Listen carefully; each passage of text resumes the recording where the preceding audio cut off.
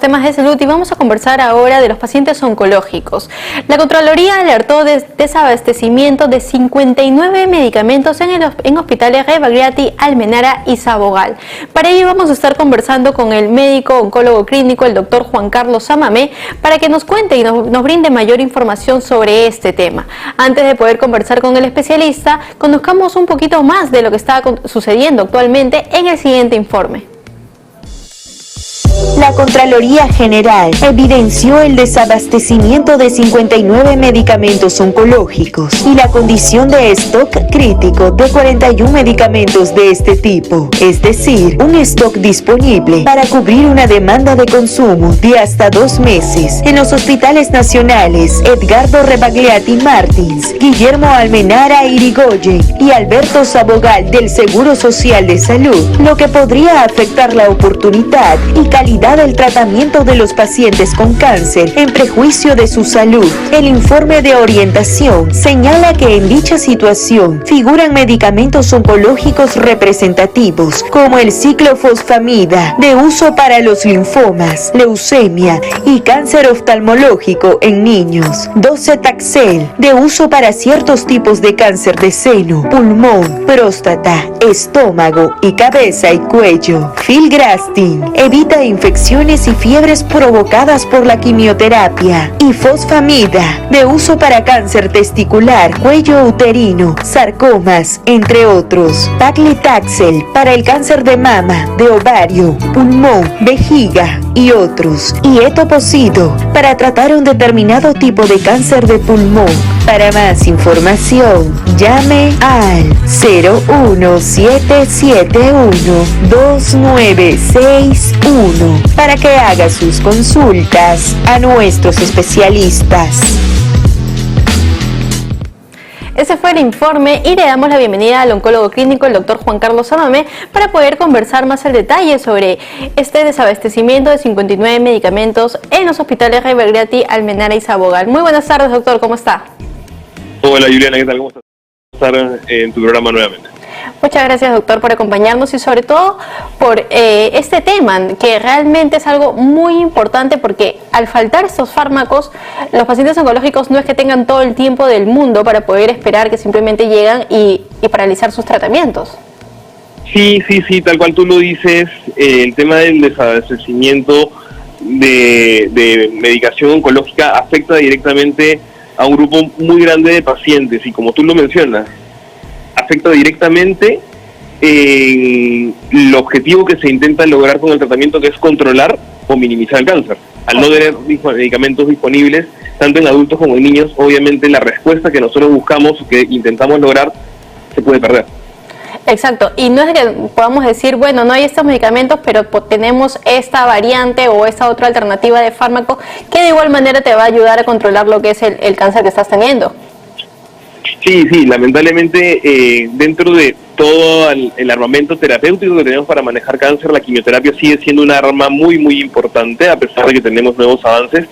Y como tú lo dices, no es que haya algo que lo pueda suplir, no es como una familia de AINES en la cual si no tengo el fármaco tal, puedo utilizar el otro, claro, o de inhibidores de bomba de protones, que digamos se puede tener otras alternativas. Aquí no es que dispongamos de tantas alternativas, porque los esquemas oncológicos están muy estandarizados en función al estadio, en función al objetivo, en función al tipo de tratamiento, y el no tenerlos en nuestras despensas hospitalarias, obviamente es una situación muy de mucha preocupación, y que a nosotros nos limita mucho, y que obviamente a los pacientes también les genera un impacto directo, ¿no? Obviamente una sensación de estrés, porque los mismos pacientes ya empiezan a tocarnos la puerta y a levantar un poco la voz y levantar la mano como tiene que ser, y no hay respuestas que nosotros podamos tener directamente, porque esto es algo que no se nos escapa un poco a nosotros, a los médicos de primera línea, digamos, ¿no? Claro, no depende de ustedes, ¿no? O sea, no es un tema de que el doctor no me quiere poner mi quimio, el doctor no tiene el fármaco mi quimio, sino es un tema ya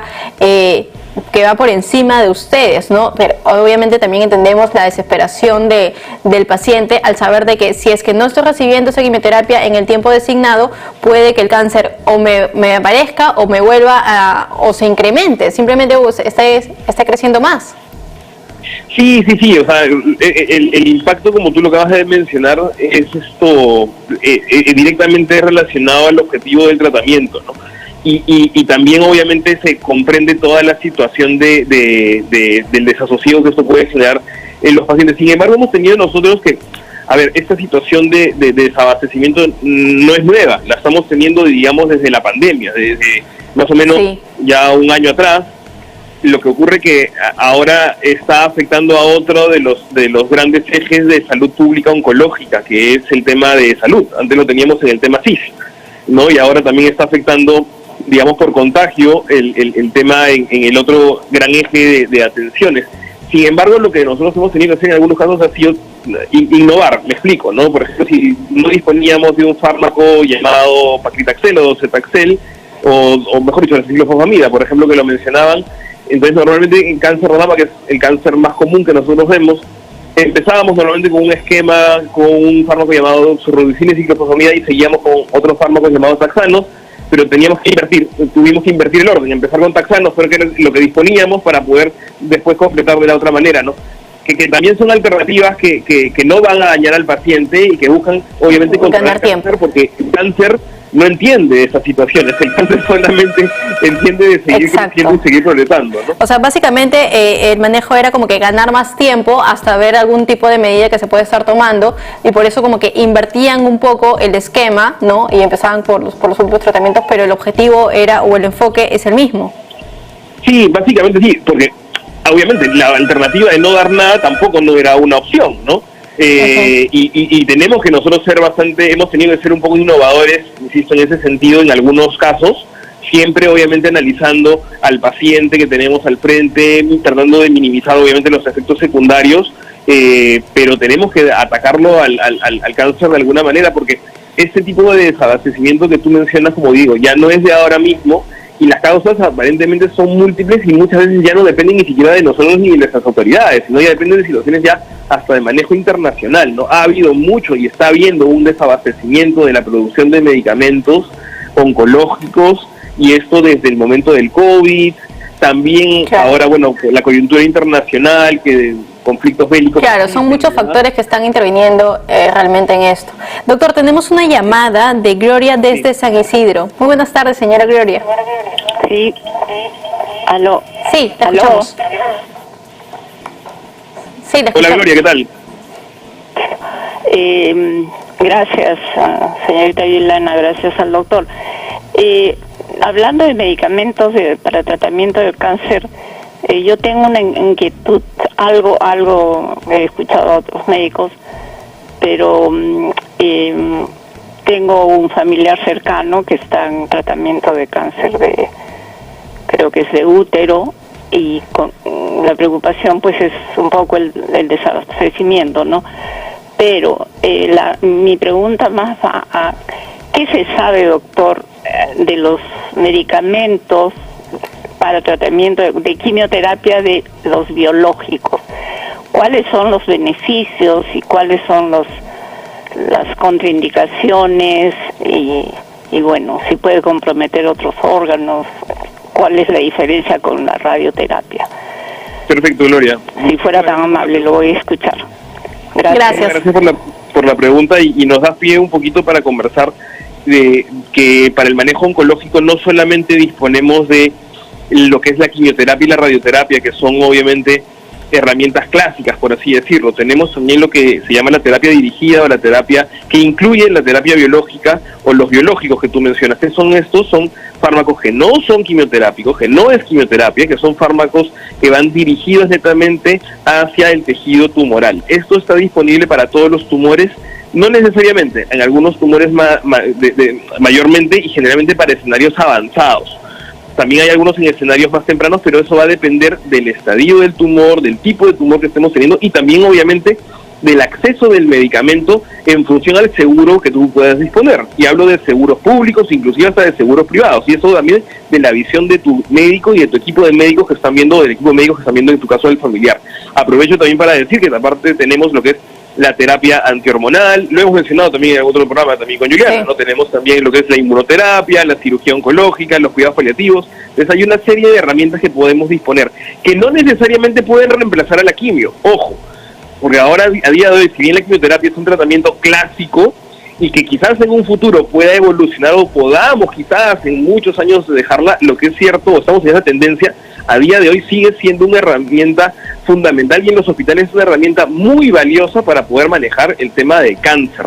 Entonces, como lo decía Juliana, lamentablemente no podemos reemplazar la ciclofosfamida por otro fármaco porque no es lo ideal. Podemos invertir, quizás a veces el orden, ¿no? Exacto, pero, o sea, no están estandarizados. Exacto, no es de que, por ejemplo, yo voy a decir, ok, si es que necesito el tratamiento de quimioterapia, bueno, doctor, no me haga quimioterapia, llégame solamente radioterapia a la mama y con eso ya voy a lograr el resultado, ¿no? O sea, no se puede hacer ese cambio.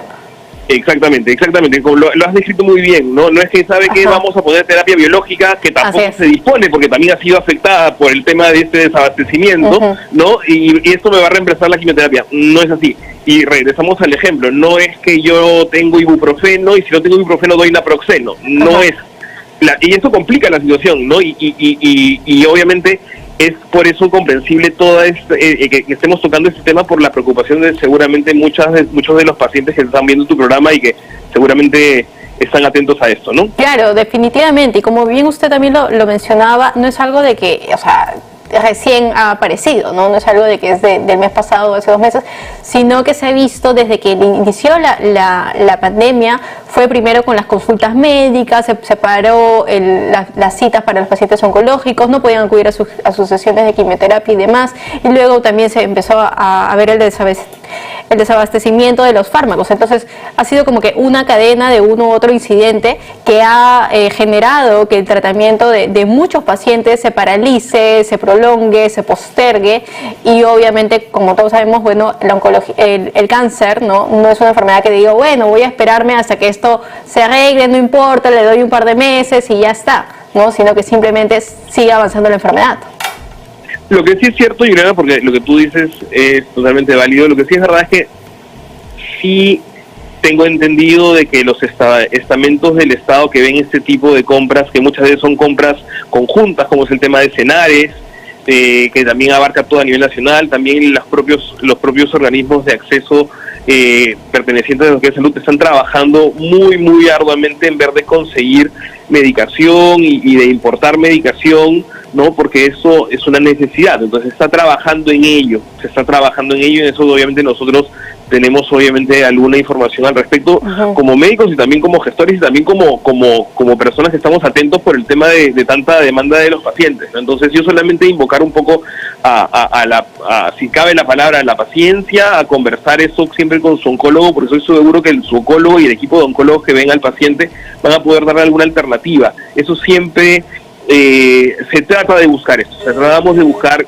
algún tipo de opción que muchas veces en equipo y en conjunto se puede ver de valorar para poder ayudar al paciente y obviamente evitar el objetivo que es que el cáncer siga creciendo o que reducirlo de tamaño para poder lograr extirparlo y manejarlo mejor. Claro que sí, ya saben que pueden hacer sus consultas al Facebook de PBO Perú, YouTube como PBO Digital, o si no, llamando directamente al teléfono 771-2961. Estamos conversando con el doctor Juan Carlos Amamé, es oncólogo clínico, sobre todo este desabastecimiento de los 59 medicamentos en los diferentes hospitales como Rebagliati, Almenara y Sabogal. Doctor, ¿y es cierto entonces de que ha habido muchos casos en los cuales los pacientes no han podido tener sus consultas? ¿Cómo lo han manejado al final? ¿Ya digamos, se ha regulado todas esas atenciones también? Sí, o sea, gracias a Dios ahora ya podríamos decir que las atenciones en estos 2 años de pandemia se puede decir que están ya al 100%, ¿no? Durante un tiempo hubo una etapa intermedia que fue el uso de la teleconsulta, la cual aún sigue habiendo en algunos centros, cada vez menos porque la presencialidad, obviamente, y sobre todo para temas oncológicos en los cuales tienes que evaluar al paciente, tienes que examinar, no es una necesidad de tener la parte presencial. Entonces creo que ya la pandemia nos ha dejado ya muchas enseñanzas y más tranquilidad, a pesar de que ahora estamos viviendo ya una 4ª ola.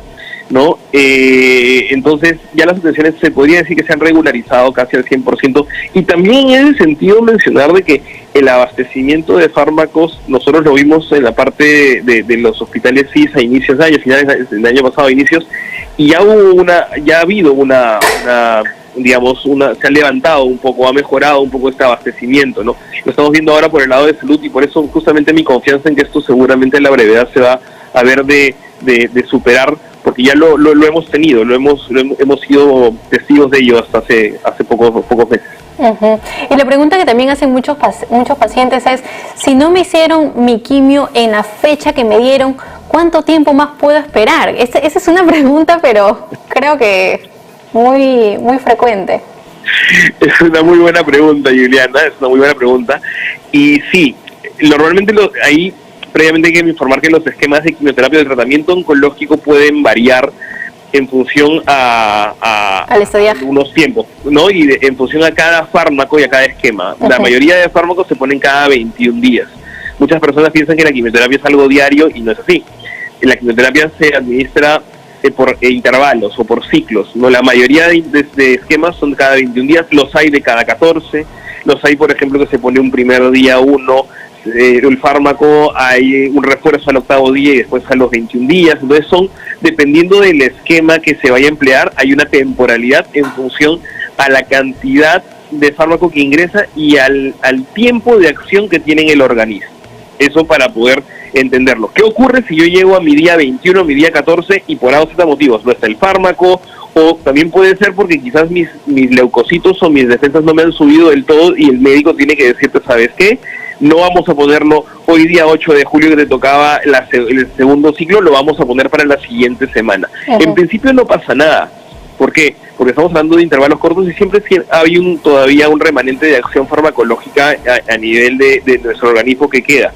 Sin embargo, ¿cuándo es el tiempo exacto para que para que el tumor pueda seguir avanzando, pueda reaparecer? No se tiene un timing exacto, un tiempo exacto, pero sí se considera que si ya prolongamos más de 3 o 4 semanas, podríamos estar ante este riesgo, porque tampoco no es algo mesurable, no es algo que tú lo puedas medir en laboratorio o como un hemograma, ¿no? Entonces nosotros procuramos tener intervalos de 1, 2 semanas, dependiendo sobre todo si es un tema de quimio o terapia dirigida, ¿no?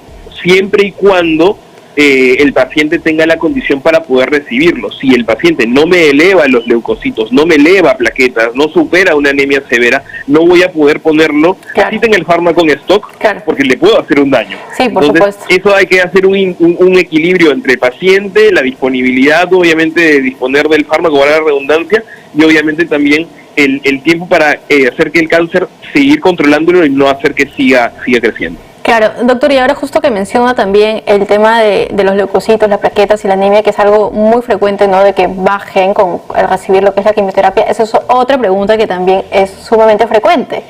Si es que se me bajan las plaquetas y los leucocitos, entonces ahí salen los 1000 mitos y diferentes tipos de interrogantes de cómo voy a hacer mi preparado, mi extracto y demás para subirlo y poder entrar en mi próxima sesión de quimioterapia, porque si no, no voy a poder hacerlo.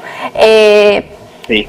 Creo que es importante como que explicar un poquito que es parte de esa baja que se da, ¿no?, hasta ciertos parámetros.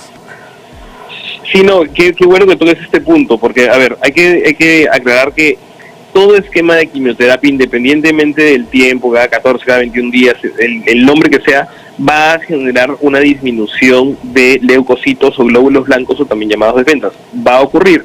Esto generalmente ocurre entre el 7º día y el día 13 o 14 de estos ciclos de cada 21 días aproximadamente, o si lo quieres ver a partir de la semana o el 7º día de haber recibido el tratamiento. ¿Esto ocurre? Sí. ¿Es normal? Es normal. El problema es cuando en esos episodios, en esos momentos de disminución de defensas, puede aparecer fiebre. ¿Por qué? Porque el paciente está más vulnerable a cualquier tipo de infección bacteriana, sobre todo, porque nosotros lo hemos visto en el COVID y teníamos mucho temor en ese momento, y gracias a Dios no hemos tenido tanto impacto como nosotros lo hubiéramos podido imaginar al inicio de la pandemia, ¿no? Entonces, sí, es cierto que es una gran preocupación para el paciente, para la familia, para el propio médico, que llegue al día 21 y que no me disminuya, o que, digamos, esta curva que es una disminución, una curva inferior, pueda remontar para llegar al día 21 y poner el tratamiento siguiente que toca. Pero no existe ningún tipo de alimento, ni bebida, ni brebaje que pueda ayudarnos a que pueda esto levantarlo. ¿Qué ocurre? Si yo tengo un paciente que me llega al día o cercano al día 21 y no me ha subido esta curva ascendente, hay medicación específica que son factores estimulantes de colonias, es decir, en fácil, son medicamentos que entran y trabajan en la fábrica de glóbulos blancos y glóbulos rojos para producir más glóbulos blancos, y que se pueden utilizar, de hecho, algunas veces de forma estandarizada, o si tu oncólogo lo considera, lo puede colocar para poder ayudar a remontar este episodio, y si ya ocurrió un episodio, para poder usarlo en ciclos siguientes de forma preventiva para que no vuelva a repetirse. Esto de aquí no se considera que más o menos esta disminución de leucocitos o de defensas que no permite colocar el siguiente ciclo en el tiempo indicado ocurre más o menos en un 60% de pacientes y no pasa absolutamente nada, no va a tener un impacto final en el objetivo oncológico que se persigue. Sí es cierto de que quiero que hagamos hincapié, y obviamente tú, porque eres obviamente nutricionista oncológica, creo que tienes que mencionar que no hay ningún tipo de alimento ni bebida que nos pueda subir, a pesar de todo lo que se dice en redes sociales, lo que uno puede escuchar incluso en las salas de espera, o lo que pueden decir alrededor de la familia o amigos. Sí, definitivamente hay que tener bastante cuidado con ello, ¿no? Porque a veces en la desesperación del paciente por querer subir estos valores, al final se terminan perjudicando por lo mismo que el sistema inmune está mucho más débil, ¿no? Entonces es mucho más propenso a cualquier bacteria, cualquier virus y demás, ¿no? Entonces sí, bastante cuidado con ello. O lo que estoy viendo últimamente, perdón que me interrumpa, Juliana, es a raíz de justamente estos tipos de alimentos, o de, más que alimentos, infusiones de algún tipo de hierbas que pueden incluso las personas comprar en el mercado, que les pueden decir que tiene ciertas propiedades antiinflamatorias, pues al contrario terminan perjudicando. Estamos viendo muchas toxicidades a nivel de hígado, porque estamos viendo mucha elevación, muchos problemas a nivel hepático, y cuando tú empiezas a ver y a discriminar las causas, descartas absolutamente todo, inclusive la causa del tratamiento oncológico, del fármaco en sí, y finalmente descubres que la persona o el familiar de la persona le hace tomar ciertas infusiones, obviamente con el mejor interés y con la mejor intención. Exacto, ¿no? O sea, pero terminan dañando ya no solamente desde un punto de vista infeccioso, sino desde un punto de vista tóxico a nivel del hígado, y finalmente ocurre lo mismo, retrasamos el tratamiento, porque llega el día del tratamiento, no podemos ponerlo, retrasamos todo nuevamente, ¿no? Claro, ¿no? Es algo que en verdad le digo mucho a los pacientes, que si se han decidido a llevar un tratamiento con base científica, no podemos irnos por cosas alternativas, ¿no? O sea, por la hierbita que me recomendó el curandero, o porque mi familiar, o porque mi vecina, por algo, porque ya al mezclar hasta puedo disminuir la acción de los mismos fármacos, ¿no? Entonces disminuyo la acción, inhibo la acción, o el resultado no va a ser lo mismo, o puedo generar de que aparezcan ciertos síntomas y se le eche la culpa a la quimioterapia cuando lo que está generando es la bebida adicional que se está tomando. Entonces hay que tener mucho cuidado ahí. Totalmente de acuerdo, suscribo todo lo que tú dices, ¿no? Muchas veces uno piensa de que al ser algo natural, es una plantita. Mentira, lo natural también, o porque provenga de una planta, no significa que sea inocuo en nuestro organismo, y nos puede generar, como tú lo mencionas, o una disminución de la acción del fármaco, o al contrario, unas toxicidades que nos pueden generar empeoramiento del cuadro, porque ya encima del cáncer tenemos una toxicidad, una intoxicación que tenemos que manejar y tratar, que obviamente no queremos sumarnos más problemas en un tema oncológico. Creo que tú lo has descrito muy bien, y creo que eso es algo que seguramente en tu práctica diaria ves y combates definitivamente. Claro que sí, doctor. Más bien muy agradecida por estar con nosotros esta tarde. Por favor, recuerde cómo pueden ubicarlo. Juliana, encantado de nuevamente estar en tu programa, y estamos en redes sociales, tanto en Instagram, en Facebook, como Aprendiendo sobre el Cáncer. En Aprendiendo sobre el Cáncer y podemos responder alguna de sus dudas si tuvieran alguna pregunta adicional, y seguramente van a encontrar información que les va a ser útil, porque la preparamos con mucho cariño para todos los pacientes. Muchísimas gracias nuevamente, Juliana, a ti y a tu programa, y encantado de estar hasta una siguiente vez. Muchísimas gracias, doctor, nuevamente por estar con nosotros esta tarde.